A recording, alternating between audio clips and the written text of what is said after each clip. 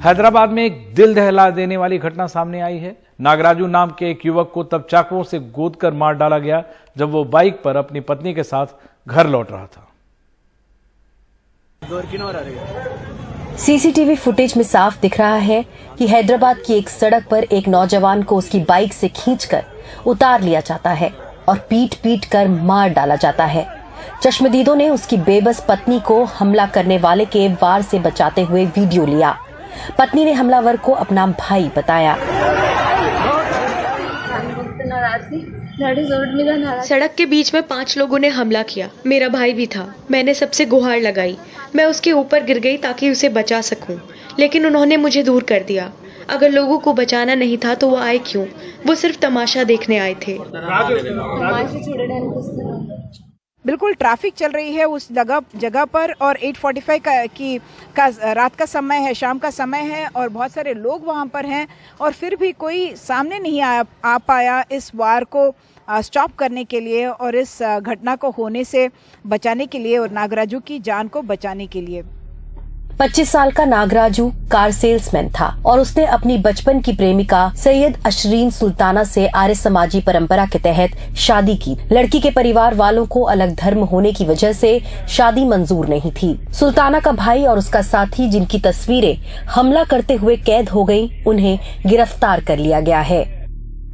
Case में basically हमारा 302 IPC की धारा लगाई गई है और SC/ST एक्ट की धारा भी लगाई गई है।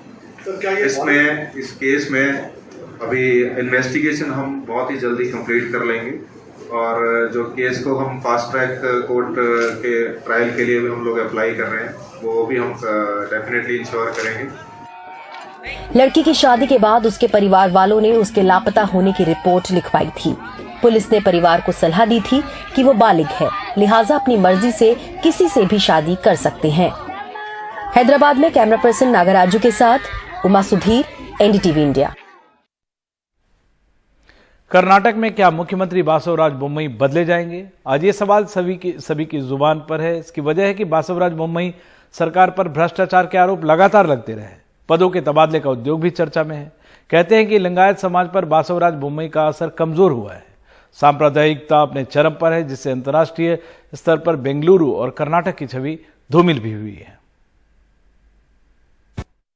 बसवराज बोम्मई की मुख्यमंत्री की कुर्सी पर सवाल उनके ही लिंगायत समाज के विधायकों की वजह से उठ रहा है।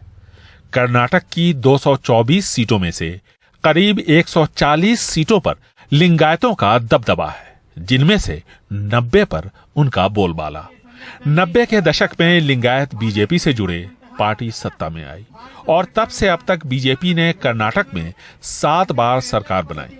इनमें से 6 बार लिंगायत मुख्यमंत्री रहे। येडियुरप्पा के कहने पर बसवराज बोम्मई को पार्टी आला कमान ने मुख्यमंत्री तो बना दिया, लेकिन वो संघ से जुड़े नहीं थे, लिहाजा संघ नाराज रहा और बीजेपी के वरिष्ठ लिंगायत नेताओं को भी वो एक आंख नहीं भाते, क्योंकि 2008 से पहले वो जनता परिवार में थे। कहा जा रहा है कि कर्नाटक में कई सत्ता के केंद्र हो गए हैं, यानी बसवराज बोम्मई के असर पर सवाल उठ रहे हैं।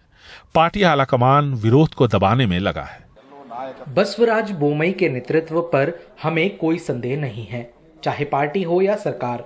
अगर किसी को संदेह है तो बेहतर है कि वो इस संदेह को दूर कर दे। अगला चुनाव हम बसवराज बोम्मई के नेतृत्व में ही लड़ेंगे। बसवराज कैबिनेट में 5 सीटें लंबे अरसे से खाली हैं। चुनावी साल में पार्टी जोखिम उठाना नहीं चाहती, क्योंकि कैबिनेट विस्तार में हटाए जाने वाले या शामिल न किए जाने वाले विधायकों ने अगर बगावत की तो बीजेपी सरकार को लेने के देने पड़ जाएंगे। बसवन गौड़ पाटिल यत्नाल और अरविंद बेल्लार जैसे लिंगायत नेता मौके की तलाश में हैं। जर्मनी से प्रधानमंत्री के देश वापस आने पर फैसला होगा कि कर्नाटका के बारे में क्या किया जाना है। उन्होंने सभी रिपोर्ट मांग ली है। कर्नाटक में विधानसभा चुनावों को 1 साल से भी कम का समय बचा है। ईश्वरप्पा और येडियुरप्पा जैसे वरिष्ठ नेता शायद इस बार चुनावी मैदान में न हो।